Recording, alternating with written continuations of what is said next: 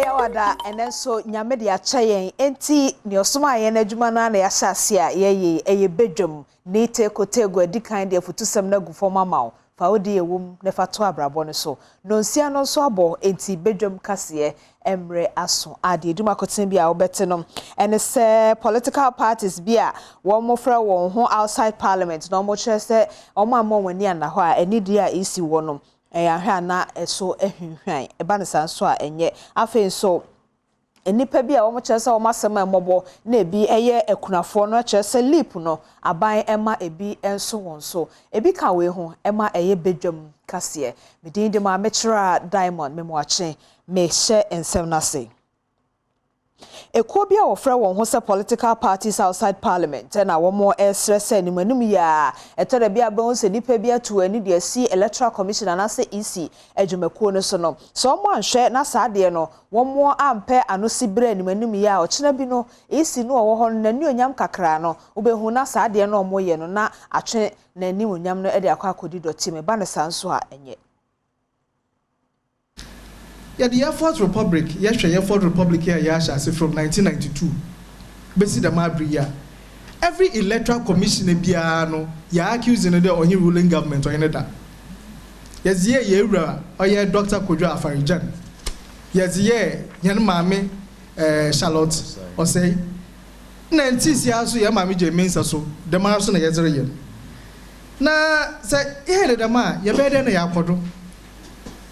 Ye free there amana huru to one crofo ma wabagana ha be share electoral commission bosuan won ananaze inti ya say yen state institutions ni yinara na ya omane na yepede ye say no enwachi wode to NDC amanyoko no anim se wonyai se wonum ekeka ensem FCI a abato commission e de akwakoto emrahye bedwafo anim ehwe kwan se ensakraye bi ebeba abato commission hyehyɛ mu wa fempinu ene aduonu nan abato no eho no Osa na yen namsi for parliament inti okodu parliamenta ana no nsam beya even yen parliamentarians mpo asabi wobotu mu akenkan mo wenhu nyama a wo CI ni mpo no wazo na atonche na mbom wor kansam onyi CI ni na wor katugwa na yezi free from kofenyi na eyi orma basabasa ye o hye nkofu kutupa de woma jezi a wo electoral commission na no brefom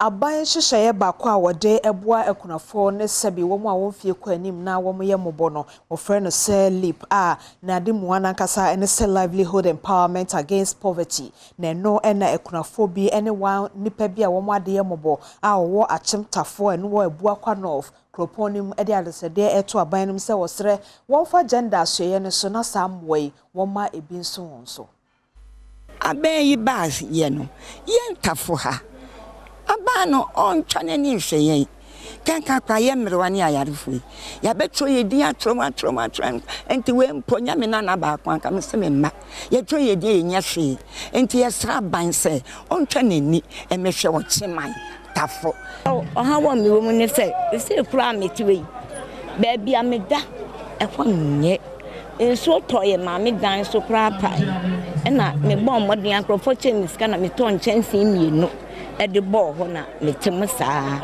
abane boaye ma ye da bia e be ko se kwa ye tiesika enso me tuwe ni kapre nti bere en menyiska de bi de kra de ma enwachi enachi de me no wa achim otafo na namponsa de pa ye bo a echiwe senti asa ye yedie okoyeye metra eye tafo akonya so search dom he nyame adom mfie num akwa aba beto me etimi ye madwen se me ne me maame nom ene me papa nom a omadi emfie do son ekono me ene ekrafo me ye bibi kakra na me de ahye omanuonyam na me de omada omase se omakoso ade omompaibo akoso aboa me ama emfie num yi akọ aba beto me wo asomdwem de eya me de beto adofo anim anim se obia obro no so eye mrewa ene enkokra no eto mre bi a wo hyehyɛ dam etie hu se bibi ehia wom ana se bibi eha wom ba ne ma nkete se ne ye ya e ma ye ma menum so omani eje Omayin kontable for mature government statistician afie bia bosumi bia said the oman no de kontable batania ma ho a ekono ya no de betudwa ema omanfo nso ehu na no e na watch mu say September na say bobosumi ana no etwa mu no na ache say inflation aduane de no ejina eye ohamunchemu mienu etripo mienu akosoro na afie we no ene sa bosumi we no hwemu ana ache say atoye mantam no eno ne mantam e wo mamu a aduane bo de inflation no kosoro pa ekojina ohamunchemu aduanan enso na tese 47% na mantam nso a inflation no anka no kra a tese omonso omo de no eya ne sanom eno so ohamunchemu aduanan mienu a eye epoye mantamo. Of September 2022 Consumer Price Index and rate of inflation. Consumer Price Index for the month of September 2022 stood at 140.6. This culminated in a year-on-year inflation of 37.2% for the month of September 2022. Disaggregating this from a food and non-food perspective, food recorded a year-on-year inflation of 37.8% and non-food inflation 36.8%, indicating a 1 percentage point variation between food and non-food inflation for the month of September 2022.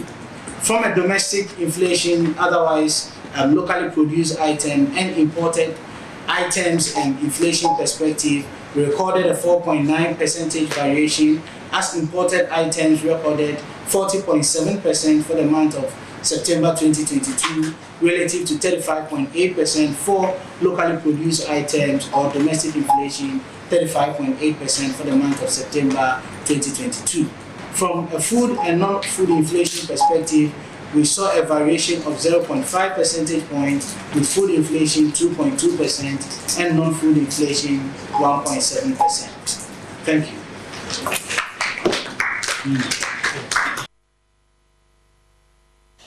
Empedifo mo okremensi no mu na wo mo kire sese de akwanhia esisi wo kwan ya no ekọ aprade de kofa so manya ho no sa kwan no wo mo atum esanse sa kwan no etia de kofra mantam ne enkuro nkaye bisunti asenkafo no fa dodo no anaye a wo mo fa so nanso ekwan no wo behu ana obi ewu na akwanhia si enti brebra ma amane ama ekwan no wo mo atum. It's a worrying trend. You cannot quantify the human life, and we've lost so many of it within a short period. Over the weekend we lost 6 lives immediately. The numbers are counting as we speak. It's increased to 8, and it's a worrying trend. It's something that we can't sleep over. And so in the interim, we've seen that as a district security we closed the road so that road users will use alternative route to the Dukom accessory road there. Engineer David Osafo Adonting, Acting Director General, National Road Safety Authority. Na wadane di se sa to renche mu a esi ye no ayam hye ya ne sentina hu behia se ne manimu ya no wade hye begu akwan mu abo omanfo ho ban. In terms of surfacing, it's not bad, just a few potholes here and there. The line markings are all there, but the crash barriers are missing.